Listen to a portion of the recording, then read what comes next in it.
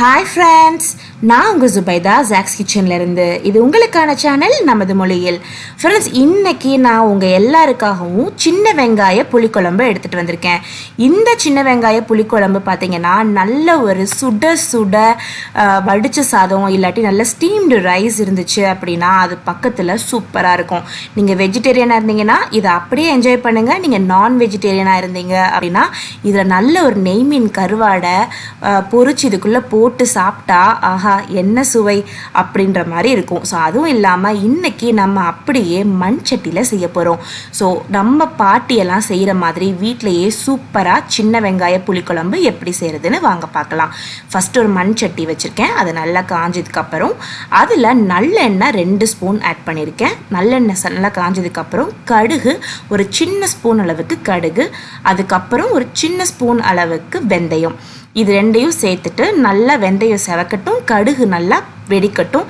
2 வெடிக்கிற வரைக்கும் வெயிட் பண்ணலாம். 2 வெடிச்சதுக்கப்புறம் இதில் 1 ஸ்பூன் அளவுக்கு சீரகம் நல்லா பொரிஞ்சதுக்கப்புறம் இதில் நல்லா கழுவி எடுத்த ஒரு கொத்து அப்படியே கருவேப்பிலையை போட்டோம் அப்படின்னா கருவேப்பிலை டக்குன்னு வெடித்து அடங்கினதுக்கு அப்புறம் இதில் ஒரு 20 பூண்டை சேர்த்துக்கோங்க.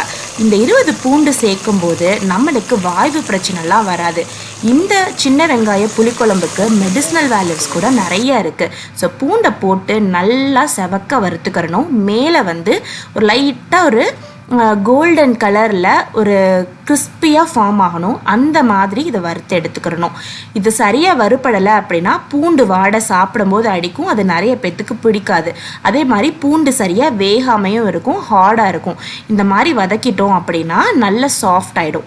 இப்போ இதில் ஒரு 20லேருந்து 25 கிராம் சின்ன வெங்காயம் சேர்த்துக்கலாம். சின்ன வெங்காயத்துக்கு நம்மளுடைய ரத்தத்தை சுத்தப்படுத்துறதுக்கான தன்மை இருக்குது. ஸோ இன்றைக்கி இந்த காலத்தில் நம்ம சின்ன வெங்காயத்தை சுத்தமாகவே மறக்க ஆரம்பிச்சிட்டோம். நிறைய பேர் வீட்டில் இப்போ சின்ன வெங்காயம் யூஸ் பண்ணுறது கிடையாது. ஏன்னா அதை உரிக்கிறதுக்கு ரொம்ப டைம் எடுக்கும் அப்படின்றதுக்காக. ஆனால் இந்த சின்ன வெங்காயத்தோட மெடிசினல் வேல்யூஸ் ரொம்பவே நிறையா இருக்குது. ஸோ இந்த சின்ன வெங்காயத்தை அட்லீஸ்ட் 2 வாரத்துக்கு ஒரு வாட்டி இந்த சின்ன வெங்காய புளிக்குழம்பை வச்சு சாப்பிடுங்க. உங்கள் உடம்புல இருக்க வாய்வு பிரச்சனை, ரத்த பியூரிஃபை பண்ணுறது எல்லாமே சரியாகும். ஸோ இதை போட்டு நல்லா வதக்கிக்கலாம். வதக்கிட்டு 1 ஸ்பூன் அளவுக்கு மிளகாய் தூள் சேர்த்துக்கோங்க, இல்லை காரத்துக்கு தகுந்த மாதிரி கூட சேர்த்துக்கோங்க. அப்புறம் சாம்பார் தூள் சேர்க்குறேன். நான் வேறு எதுவுமே சேர்க்கலை. 1.5 டேபிள் ஸ்பூன் சாம்பார் தூள் சேர்த்துக்கோங்க. சாம்பார் பவுடர் சேர்த்துட்டு லைட்டாக அந்த எண்ணெயிலே போட்டு வதக்கிட்டோன்னா அந்த சாம்பார் பவுடரில் இருக்க ஒரு பச்சை வாடை போயிடும், மசாலா வாடை போயிடும். அதுக்கப்புறம் இதில் கொஞ்சமாக நம்ம தண்ணி ஊற்றிக்கலாம். ஒரு 50லேருந்து 100 ml தண்ணி ஊற்றிட்டு இந்த வெங்காயமும் இந்த பூண்டும் நல்லா கொஞ்சம் சாஃப்டாகிற வரைக்கும் ஒரு கொதி வர வரைக்கும் நம்ம வேக வச்சு எடுத்துட்டோம் அப்படின்னா நல்லா இந்த மசாலாலாம் உள்ளே பிடிச்சிக்கிறோம். உடனே புளி ஊற்றணும், அதாவது தண்ணி ஊற்றாமல் புளி ஊற்றிட்டோம் அப்படின்னா சப்போஸ் கொஞ்சம் அந்த வெங்காயமும் பூண்டும் வேகாமல் இருந்ததுன்னா புளி ஊற்றுனதுக்கப்புறம் அது வேகாது. அதனால ஃபஸ்ட்டு நம்ம கொஞ்சம் தண்ணி ஊற்றி அது வேக வச்சுட்டு அப்புறம் புளி ஊற்றிக்கிட்டோம் அப்படின்னா நம்ம வதக்கும் போது சரியாக வேகாட்டி கூட அதுக்கப்புறம் வெந்துக்கிறோம். இப்போ இதில் சுவைக்கேற்ப உப்பு, அதுக்கப்புறம் ஒரு எலுமிச்சம்பழம் சைஸுக்கு புளியை ஊற போட்டு கரைச்சி வச்சுருக்கேன். அதையும் சேர்த்துட்டு நல்லா அதை கொதிக்க விட்டுடலாம். நான் வீட்டில் செஞ்ச சாம்பார் பவுடர் தான் யூஸ் பண்ணியிருக்கேன். அதோட லிங்க் நான் அந்த வீடியோ கடைசியில் கொடுக்குறேன். அது பார்த்தீங்கன்னா அதில் பருப்பெல்லாம் சேர்த்துருக்கனால டக்குன்னு கொலன்னு மாறிடும் கெட்டியாக. ஸோ அதனால் கொஞ்சம் அதிகமாகவே தண்ணி சேர்த்துக்கலாம். நீங்கள் கடையில் வாங்குகிற சாம்பார் பவுடர் யூஸ் பண்ணுறீங்கன்னா தண்ணி கொஞ்சம் பார்த்து சேர்த்துக்கோங்க.